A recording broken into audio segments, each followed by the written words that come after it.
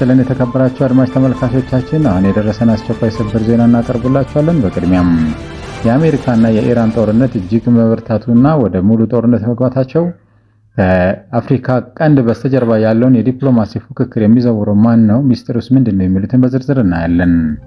ዩናይትድ ስቴትስ በኢራን ላይ ለ10ኛ ተከታታይ ምሽት የኃይል ድብደባ የፈጸመች ሲሆን ፍንዳታዎች በሲሪክ አቅራቢያ፣ በባንደር አባስ፣ በቀሽም ደሴት፣ በቻባሃርና ኮናሪክ የሚባሉ ቦታዎች ላይ መደመጣቸው ተዘግቧል። ኢራን በበኩሏ በባህረ ሰላጤው አካባቢ የአጸፋ ጥቃቶችን የቀጠለች ሲሆን የኢራን አብዮታዊ ዘብ በቅርብ ሰዓታት ውስጥ በባህሬንና በኩዌት የሚገኙ የአሜሪካ የጦር ሰፈሮችን ንብረቶችን ኢላማ ማድረጉን አስታውቋል። በተጨማሪም በሆርሙዝ የባህር በር ላይ 2 የነዳጅ ጫኝ መርከቦች ላይ ከባድ ቃጠሎ መነሳቱም ተገልጿል። በሌላ በኩል የአሜሪካው ፕሬዝዳንት ዶናልድ ትራምፕ ባለፈው ሳምንት ቢያንስ 3 የአሜሪካ ወታደሮች መገደላቸውን ተከትሎ ኢራን ለእያንዳንዱ የአሜሪካ ወታደር ሕይወት ብዙ እጥፍ ድርብ ዋጋ እንደምትከፍል አስጠንቅቀዋል። በተያያዘም በየመን የሚገኙትና በኢራን የሚደገፉት ሁቲዎች በሳውዲ አረቢያ ላይ የባህር ላይ እገዳ ማወጃቸውን የገለጹ ሲሆን ይህም የዓለም አቀፍ የኢነርጂ አቅርቦትን የበለጠ አደጋ ላይ የሚጥል መሆኑም ታውቋል። በሌላ በኩል ከአፍሪካ ቀንድ በስተጀርባ ያለውን የዲፕሎማሲ ፉክክር የሚዘውረው ማን ነው? ሚስጥሩስ ምንድነው?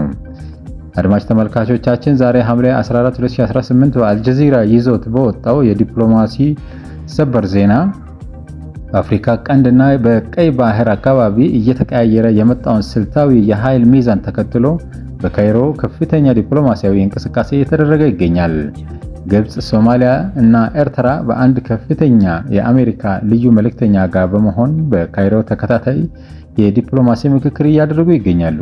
ይህ ከፍተኛ ምክክር የሀገራቱ መካከል በቀይ ባህርና በአፍሪካ ቀንድ የሚታዩ የጋራ የደህንነት ተግዳሮቶችን በቅንጅት ለመፍታት የታለመ ሰፊ ጥረት መኖሩን የሚያንጸባርቅ ነው ተብሏል።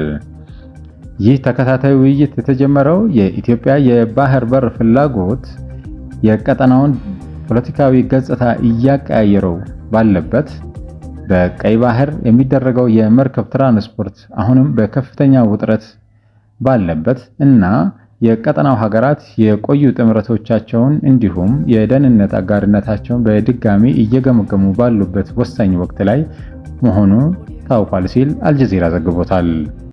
ተከታታይ የዲፕሎማሲ ምክክሮችን እያካሄዱ ነው።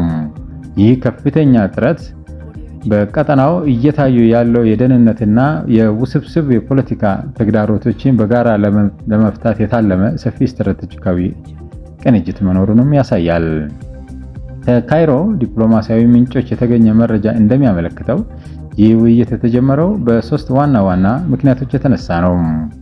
አንደኛው የኢትዮጵያ የባህር በር ፍላጎት፣ የኢትዮጵያ የባህር ላይ ምኞት እና የምታደርገው እንቅስቃሴ የቀጠናውን ፖለቲካዊ ገጽታ ሙሉ በሙሉ እየቀየረው በመምጣቱ፣ ሁለተኛ የቀይ ባህሩ ውጥረት፣ በቀይ ባህር ላይ የሚደረገው የዓለም አቀፍ የትራንስፖርት እና የንግድ ላይ ያለው ከፍተኛ የደህንነት ጫና አሁንም ባለመቀነሱ፣ እናም የአጋርነት መሻሻል በቀጠናው ያሉ ሀገራት የቆዩ ጥምረቶቻቸውንና ደህንነት አጋርነታቸውን በድጋሚ በከፍተኛ ሁኔታ እየገመገሙ መሆናቸው ነው። ምንም እንኳን ከውይይቱ በይፋ የወጡ ዝርዝር መረጃዎች ጥቂት ቢሆኑም ይፋዊ መግለጫዎች እንደሚያሳዩት የአፍሪካ ቀንድና የቀይ ባህር ቀጠና ደህንነት ዋነኛ አጀንዳ ሆነዋል። ከዚህ ቀደም ለየብቻ ይታዩ የነበሩ ጉዳዮች ማለትም የኢትዮጵያ በቀጠናው ላይ እያደገ የመጣው ሚና፣ የባህር ላይ ደህንነትና የሀያላን ሀገራት መካከል ያለው የሪከርድ ተጽዕኖ ፉክክር አሁን ላይ እርስ በርስ የተሳሰሩ መሆናቸውን ይህ ስብሰባ አረጋግጠዋል። ምክክሩ በአንድ የጋራ ጠረጴዛ ላይ የተደረገ ሳይሆን በተናጠል እየተከናወነ ቢሆንም በግብጽ፣ በአሜሪካና በአፍሪካ ቀንድ ቁልፍ ተዋናዮች መካከል በቀይ ባህር መረጋጋትና ጂኦፖለቲካዊ ፉክክር ላይ የጋራ አቋም ለመያዝ መፈለጋቸውን ትልቅ ምልክት ሰጥተዋል።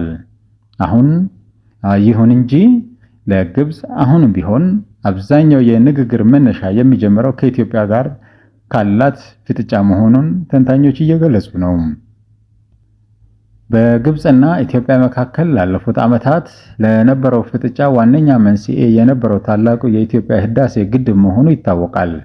ነገር ግን አሁን ከካይሮ የወጡ ዲፕሎማሲያዊ ትንታኔዎች እንደሚያመለክቱት የግብፅ ስጋት አሁን ላይ ከውሃ ደህንነት ጉዳይ ባለፈ ወደ ሌላ አደገኛ ምዕራፍ ተሸጋግሯል። ካይሮ አሁን ላይ ትኩረቷን ያደረገችው የኢትዮጵያ ቀጠናው ላይ እያደገ የመጣውን የባህር ኃይል እና የፖለቲካ ተጽዕኖ መገደብ ላይ መሆኑ ተሰምቷል። የኢትዮጵያ ቀጠናዊ አጋርነቷን ለማጠናከር የምታደርገው ጥረትና በአፍሪካ ቀንድ እያደገ የመጣው ሚናዋ አሁን ላይ ለግብፅ ሰፊ ቀጠናዊ ስሌት ዋነኛ የቤት ሥራ ሆኖባታል። ካይሮ ከጥንት ጀምሮ ከኢትዮጵያ ጋር የተያያዙ ማናቸውም ክስተቶች የምትመለከተው በቀጥታ ከሀገራዊ ደህንነቷ አንጻር እንደነበር ይታወቃል። አሁን ግን በአፍሪካ ቀንድ ያለው ሁኔታ ለግብፅ ስጋት ሌላ ተጨማሪ አደገኛ ገጽታ ፈጥሮባታል። በተለይም ወደቦች፣ በባህር ዳርቻዎችና በቀጠናው ተጽዕኖ የበላይነትን ለመያዝ የሚደረገው ፉክክር እጅግ እየተፋፋመ በመምጣቱ ካይሮ ሁኔታውን በከፍተኛ ስጋት እየተከታተለችው ይገኛል። ጉዳዩ በአፍሪካ ቀንድና በኢትዮጵያ ላይ የሚያመጣውን ፖለቲካዊ እንድምታ በቅርብ እየተከታተልን የምናደርሳችሁ ይሆናል። የተከበራችሁ የቻናላችን ተከታታዮች ለሰዓቱ ያልነው ዜና ይህን ይመስል ነበር። ወቅታዊ መረጃዎች በሰዓቱ እንዲደርሷችሁ ሰብስክራይብ እና ላይክ አድርጉ። ሰላም።